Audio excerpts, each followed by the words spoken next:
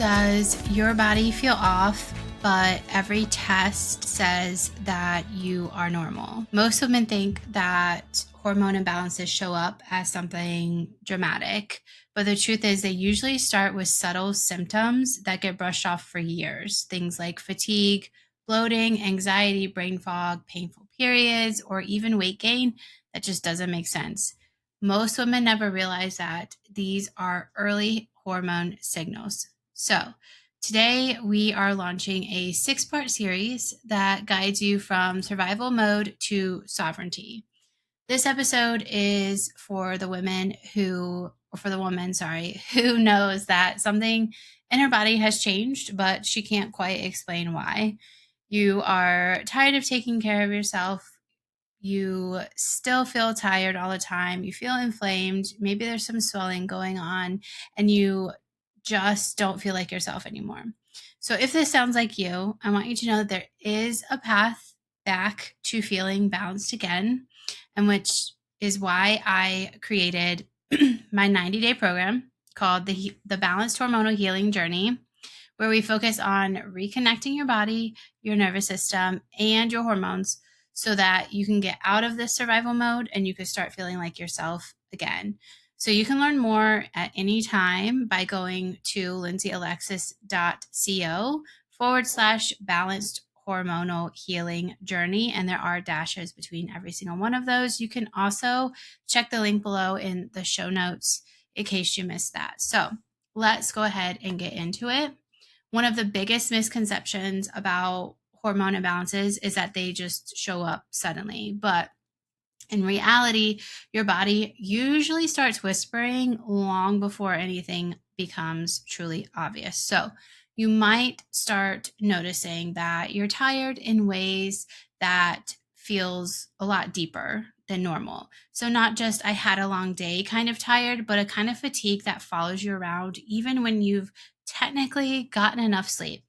Maybe you wake up in the morning and you're already thinking about coffee because without it, you're not sure how you're going to get through the rest of the day. Or maybe you noticed that your patience feels a lot thinner than it used to. Small things start irritating you. Your emotional reactions, they're much stronger, more presenting. You find yourself thinking, why am I so sensitive lately? Or maybe you notice that your stomach feels more bloated more often. You wake up in the morning and by the afternoon your jeans just feel super tight and you start wondering if you're doing something wrong with the food that you're eating. So these little things they start stacking up. The fatigue, the bloating, the mood changes, the sleep disruptions, the brain fog, and eventually, or sorry, individually, they might not seem like a big deal, but collectively together, that's when they start making your body really start feeling unfamiliar to yourself. So here is something that a lot of women have experienced, unfortunately. You go to the doctor and you explain how you've been feeling. Maybe you say, I am exhausted all the time, or my periods have gotten really painful, or I feel like my hormones are off. Then you go get your labs done and everything comes back and you read it all, or your doctor reads it to you, and it literally says that everything is normal. Raise your hand if you've been in that situation. So it should be reassuring, but often it feels really confusing instead, because if everything really was normal, then why do you feel so different? Or why does your body feel like it's out of sync? So most women, they start doubting themselves and they start thinking maybe it's just the stress in their life. Maybe they are overreacting and they just need to push through it.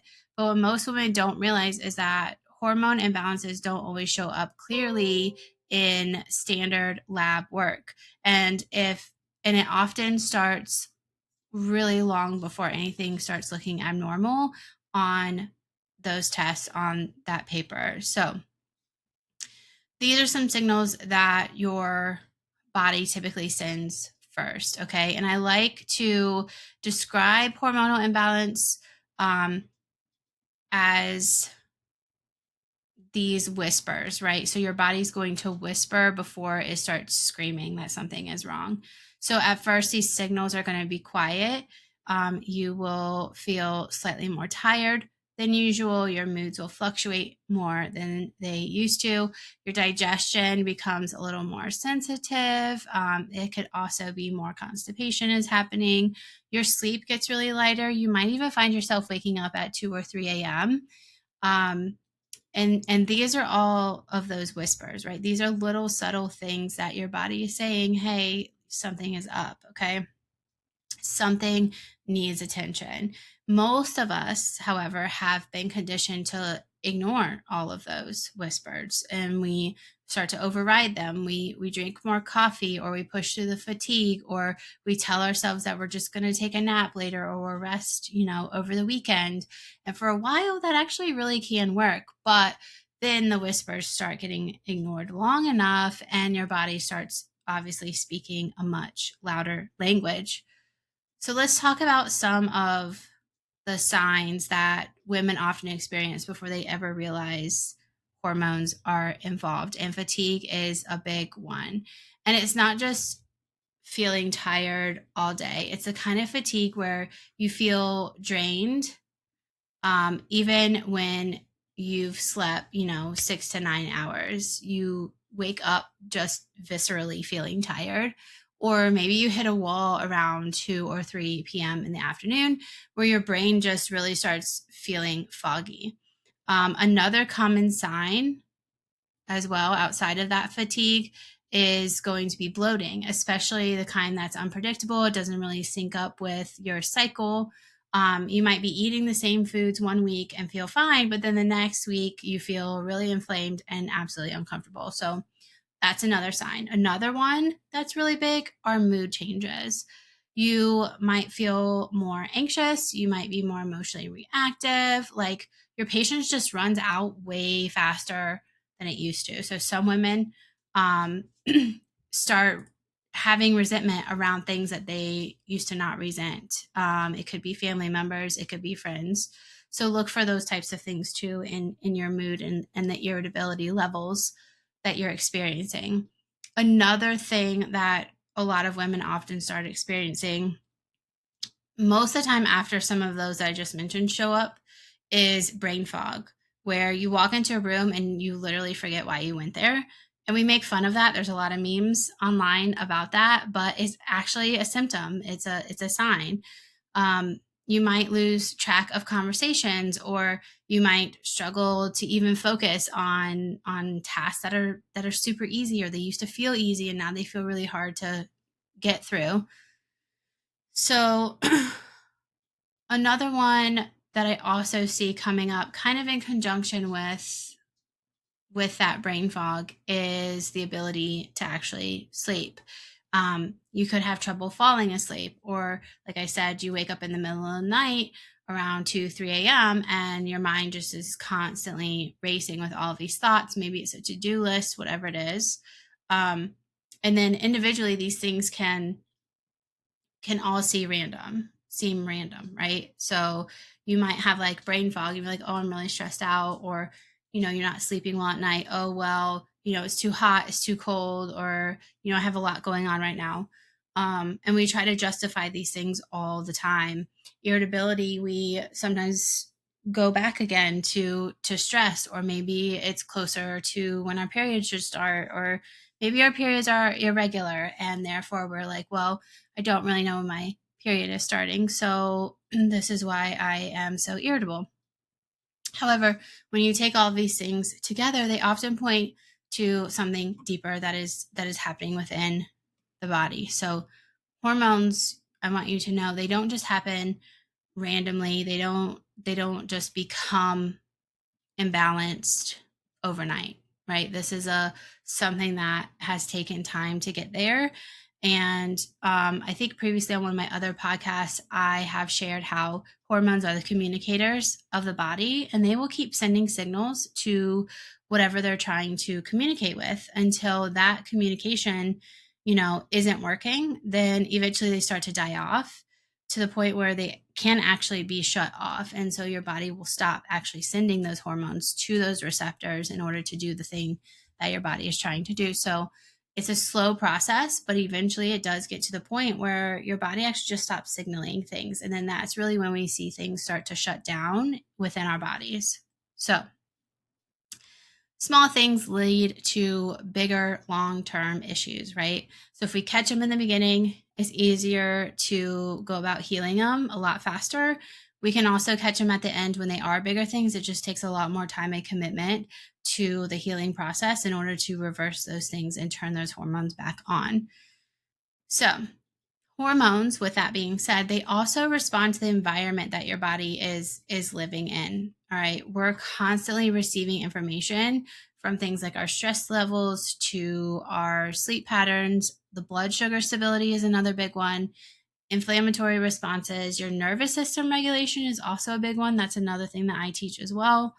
And whenever your body feels supported and safe, then your hormones tend to typically stay fairly balanced. Excuse me.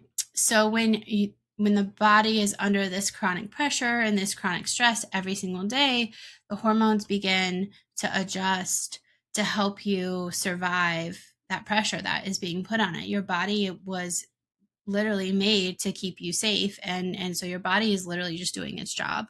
But we can't keep adding to this stress and pressure for our body because we're actually not in a flight or fight situation every single day, but that's how we are presenting our environment to our body. So this is where the idea of disconnection kind of comes in. Is modern life often pulls us further and further away from the natural rhythms of our bodies that our bodies actually need and thrive on. So this could be things like late nights, constant notifications, doom scrolling, high stress situations continually every single day, irregular meal patterns, not eating the correct appropriate things for your specific body's needs. It could be minimal rest. It could even be like intense workouts when your body is trying to just remain calm. And so your body is going to adapt to this environment that we set up for it. And that adaptation is often how these symptoms start to show up. So there's a phrase, and I've already mentioned a couple of times, that I like to use when I work with women, and that is survival mode. Survival mode happens when your nervous system stays activated for long periods of time. So that fight or flight response is active more times than it is inactive. Your body feels like it always needs to be alert. It always needs to be scanning for things, always solving problems, always responding to demands. You're literally living on edge all the time. And when our nervous system stays in that state long enough, the hormonal balance really becomes difficult for your body to regulate and navigate on its own because your body is prioritizing its survival mode over optimization, over feeling safety because it doesn't feel safe. So this is why so many women feel like they're constantly running on empty. It's not that you're lazy. It's not that you're weak. It's literally because your body is just stuck in survival mode. So I remember, just to shine some light on the situation, I remember a time in my own life where I felt like I was doing everything right. I mean, I have been in the nutrition field for 20 plus years. Like, I know what macros are. I know how to balance them. I know what supplements to take. I know my body very, very, very well. So why would things, not be working out? Like I just said, would eat healthy. I would stay active and I would continually stay productive. But there were outside stressors that I just continued to push through, kind of ignored, and was like, I don't have a choice but to do the thing. And I just kind of stayed in that spot. And by staying in that spot of all that stress, it didn't matter that I was active. It didn't matter that I was eating the right thing or taking the right supplements. I was living in that disconnect that I just talked about. So something in my body, like I could feel that it felt off. My energy wasn't really stable. It fluctuated a lot. My moods were forever changing. I that irritability, I would get irritable with my kids super, super easily. Um, so there were just moments where I really just felt like disconnected from myself, where I could actually step back and was like, what am I doing? Like, this doesn't feel right in some way, shape, or form. So for a long time, I thought that the solution was going to be more discipline. Well, maybe I just need to, take these different supplements, or maybe I just need to go for walks more often, stuff like that. So I ended up putting in more control, more effort. And then eventually I realized, like, hey, this isn't working. Um, my body is not responding to this. And that really left me in this confused type of state. So I started to do some more research and things, and came to find out that it wasn't that my body needed more pressure. It actually just needed more support. It needed more breathing room. Think about, like, when you do exercise and you're trying to build muscle, your muscles need time to relax. You can't just continually build them up. They need that recovery time. And that's what I was not giving myself, was that recovering time, especially from that stressful situation that I was in. So your body needs more nourishment. It needs more rest. It needs more nervous system regulation, which is a huge one. And just more reconnection with your truth and your alignment. So once I started shifting all of these things in that direction and really started listening to what my body was saying, listening to my nervous system responses, doing the vagal toning, doing the breath work, all of things, that's when things really began to change. And it was slow at first. It literally took me 3 to 4 months of consistently doing these things before I actually started to see shifts happen. But over time, now those shifts are happening a lot quicker because of that consistency and understanding, like, my body actually needs more space. It doesn't need more pressure and things to do. So this is often the part that most hormone conversations they miss, because healing hormones, like I just said, isn't just about more supplements or a diet plan or quick fixes or exercising more. It's really about reconnecting with your body, with the conditions that it personally needs to function well. So this could be things like consistent sleep rhythms, and that is per you. That is not per the person next door or your best friend, right? You could probably function on 6 hours while she can only function on 9 hours, right? You might be able to take a nap in the middle of the day and she can't. It really just depends on you as an individual and what is best for you, your body, for those sleep rhythms. Another thing is balanced meals. A lot of us women, especially perimenopause into menopause, are not getting as much protein as we think that we are or should be. Typically, a general like gauge is, in a day, you should be getting almost your weight in protein, in grams of protein, which is a lot. And that would be like to maintain your muscle. Okay. For water intake too, that should be half of your body weight in ounces. Okay. So things like that, like, these are things that we really don't discuss or acknowledge when it comes to balancing out our hormones. Stress regulation is the next thing, and it's super huge. This comes with that nervous system regulation, the somatic work that I help people with and do with myself and my clients, because there's so much stress everywhere. Even just doom scrolling your phone is stressful. It causes a dopamine reaction, which causes more dopamine, and dopamine triggers cortisol, and our cortisol levels go up. It's a never ending cycle. The worst thing you can do is be on your phone right before you go to bed. That blue light that's in there is triggering the dopamine effect, is triggering your serotonin, all those other kinds of hormones that are in conjunction with your cortisol levels. So you're not going to get that good of a night's sleep, and it's just going to domino effect into the morning. So making sure your stress regulation and that nervous system work is something that is key and that you are focusing on. You need moments of true rest, right? Removing yourself from all the noise, from all the chaos, from all the people, and literally just being still in the moment with you, being present with you. This can be sitting in a quiet room. This could be a meditation, and it doesn't have to be forever. Literally 10 minutes is enough once a day to do. And I typically do this early in the morning. But I do also regulate myself throughout the day. As a projector human design, I have learned that I need multiple breaks throughout the day to kind of come back and recenter myself, because I will end up being burnt out if I try to do the 9 to 5 hustle and grind. That's more for the manifester or generator type human design. So if you guys know human design, pay attention to that as well, because if you are a projector, you are going to need more rest, more breaks than the average person. So a lot of these things that I'm mentioning, they might seem simple, like simple things to do, to be aware of, but they are actually really incredibly powerful when you practice them consistently.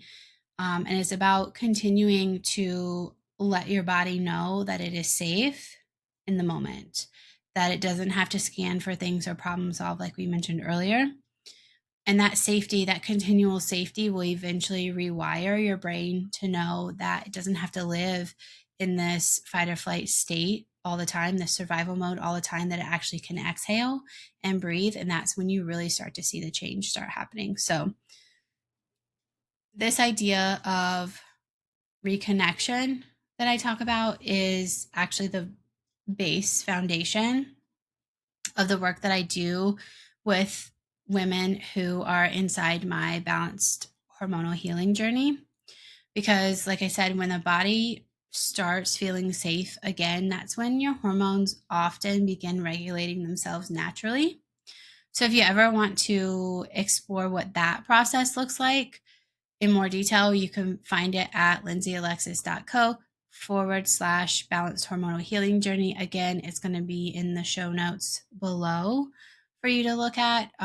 On that page, you'll see everything that I go through with these women and the different steps that we take, all the things. But the most important first step that I want you guys to take away from this is simply understanding that your body is not broken. It's just your symptoms are messages, and we need to learn how to reconnect with our body to understand exactly what those messages are and how to move forward in healing those symptoms and healing those bigger issues that might be showing up, if not now, then down the road. So if today's episode resonated with you, know that you are not alone. I have been there myself, and there are plenty of women that are walking around feeling disconnected from their bodies without even realizing that there's a deeper reason behind why they are experiencing what they experience. So the good news, though, is that once you do start listening to those signals, you can begin rebuilding that relationship with your body, which in the next episode, we're going to discuss one of the most frustrating symptoms that women experience, and it is weight gain. Weight gain that seems to happen even when you're eating healthy and doing everything correctly. I mentioned that this was also something that I went through. The truth behind that might actually surprise you, because it's rarely about willpower, and the answer has almost nothing to do with calories either. So go check out my website and the information for the balanced hormonal healing journey. And if you like this episode, please like and subscribe. And definitely come back next week for the episode on weight gain.